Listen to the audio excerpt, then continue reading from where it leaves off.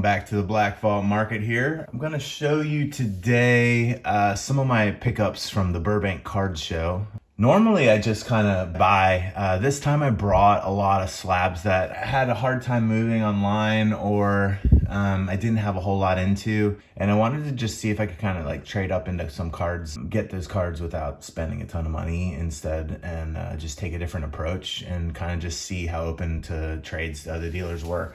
I was very happy with all the pickups. So let's jump right into the video. I had gone 2 days. The first day I was kind of just overwhelmed. I mean, the place was massive. There was tons of tables. It was almost like the Costco of card shows, if you will. And I just kind of got my bearings, was trying to think of my moves. So then the second day I actually brought my slabs. The first deal that I made, and I saw this card the day before, and thought the condition was really awesome. And I looked at what the guy was selling, and I was just kind of just figuring out what he would want, and I knew he kind of liked vintage stuff. The first card I traded for was this Pete Maravich 72 tops, hoping for an 8. So the dealer wanted about $100. So I brought these 4 cards, and they were just an 82 Donruss Nolan Ryan, a 83 Fleer Nolan Ryan, 82 Fleer Nolan Ryan, and a Magic Johnson sticker.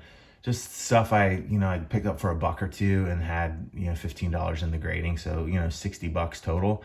And anyways, he was down to do a trade straight up. And my thinking here is that, I could get this graded, and, I think the 8s are about $450. And I mean, if there's a chance at a 9, which, with these older cards, they're not really stingy with grades, but I think 8 is realistic. And worst comes to worst, it's a 7, and there's about $125 to $150. And so that was the first deal. The second deal was with the same seller, and I recently got this Magic Johnson 86 Fleer for $40, paid $15 to get it graded. I noticed he had this Karl Malone, and really the only problem I see, it's pretty obvious, is that bottom right hand corner. PSA is also very stingy with this set too, but the centering's really solid. There's no like surface divots or anything. So my thought was, hey, I could get this if I get an 8. The value is about 125, 150, and if I get a 9, it bumps it into 300 range. So to trade across a card that I have, essentially $55 into something that I can kind of get graded and go up is my play on that. That was the second deal of the day. The third deal of the day was kind of just a right place, right time situation. I was trying to see if this dealer would take this Topps Chrome Ohtani update card, this PSA 10, and he wanted $85 for this Giannis Pinnacle rookie and this Joe Burrow, and I guess what's that, maybe the reactive blue. Anyway, these parallels do 125, 150 if they're graded 10s. This one looked awesome. Mosaic's not a super hard set to get graded, and then this Pinnacle to me looks definitely like a 9 and outside chance at a 10, but 9s are $125, $150. If Bucks go to the finals, who knows? He wanted $85 for this, and the guy over my shoulder at the table was wanting to buy the Ohtani from me. And the dealer didn't want to trade, but the guy next to me wanted to buy it. So I ended up just selling the Ohtani for $80 to him, gave $80 to the dealer for these 2 cards, and my thinking is this in a 9's 125 to 150. If it's a 10, I think they're over 300, maybe 400. And then this one, if it's a 10, is 125, 150. I've seen sales for 175 during the season. So that was a deal. Third deal of the day led me to my first purchase, and I went through about 11 Tiger Woodses that he had. I saw this, and this one looked pretty perfect. There's also this David Arias, which I've had a lot of luck with, 97 Fleer. And then this Joe Montana. So the Montana, to me, I've gotten 8s before in this set. I know it pretty well. Just the left to right is really the only thing kind of off with it. So hoping for an 8 here, but he ended up doing the whole deal for $220. So it broke down to 70 for Arias, 120 for Montana, and 40 for Tiger. So I think Tiger's about 300 in a 10. David Ayres 225, 250-ish, and then the 8s in Montana are over 300. So that's kind of the logic in that.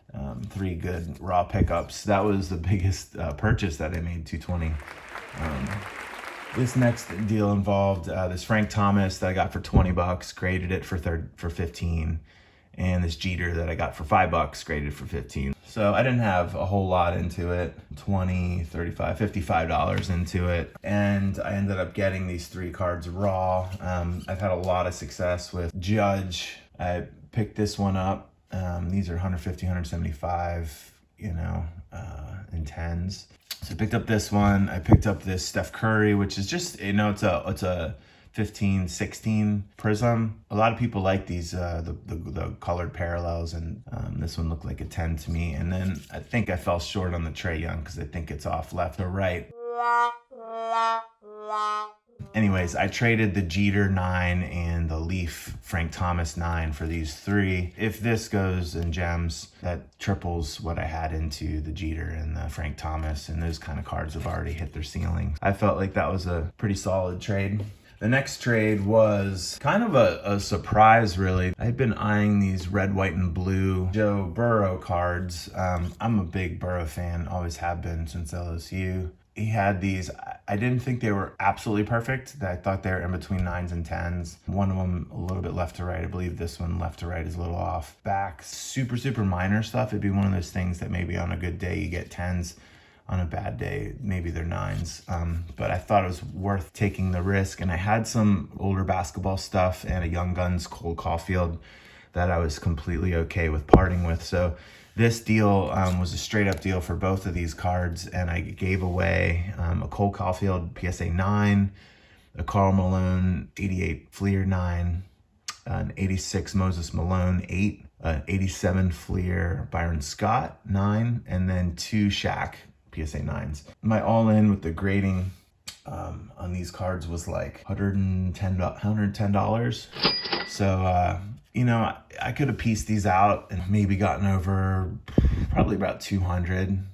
But the way I look at it, I think in these 9s, they're probably 150, 125, 175, depending on if if I get a 10 on one, that's a $350, $400 card. So the math just made sense to me, and that's why I made the deal. Plus, I don't have a Prism Burrow 10 yet, so I have a bunch of Prism Blacks, but haven't gotten the regular set. But that was a fun deal. I was glad the dealers, they can move those $20, $30 cards if they have shops. If I put stuff on my store, at $20, once eBay fees, it's much easier to move stuff in person like that. So the last deal of the day was this card that I had been eyeing since the first day.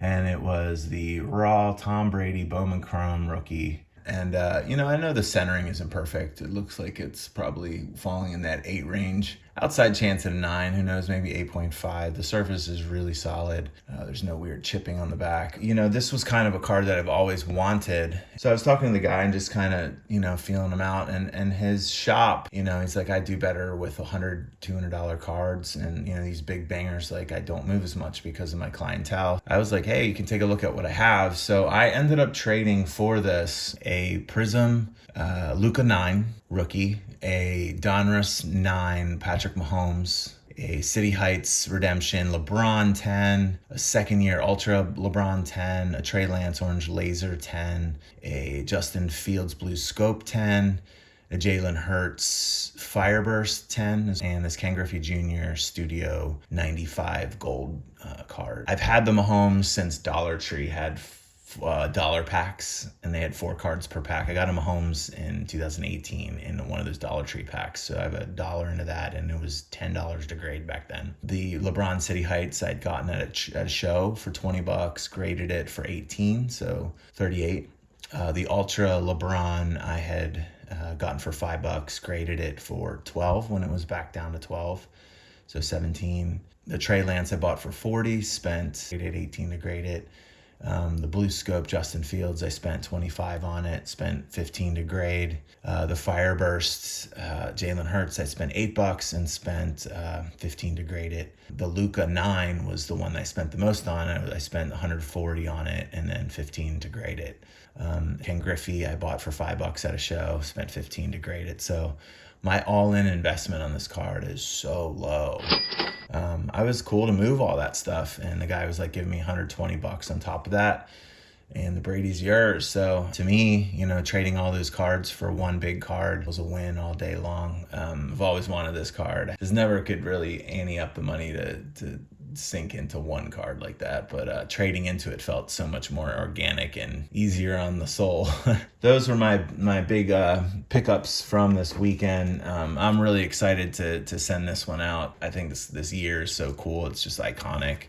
And the Burrows, maybe we can get a 10 on one of these. I have a lot of confidence in the Judge, the Steph Curry. This I might have wet the bet on. I've gotten two 10s and an 8 on the Tiger so far. I've gotten 10s on this set often.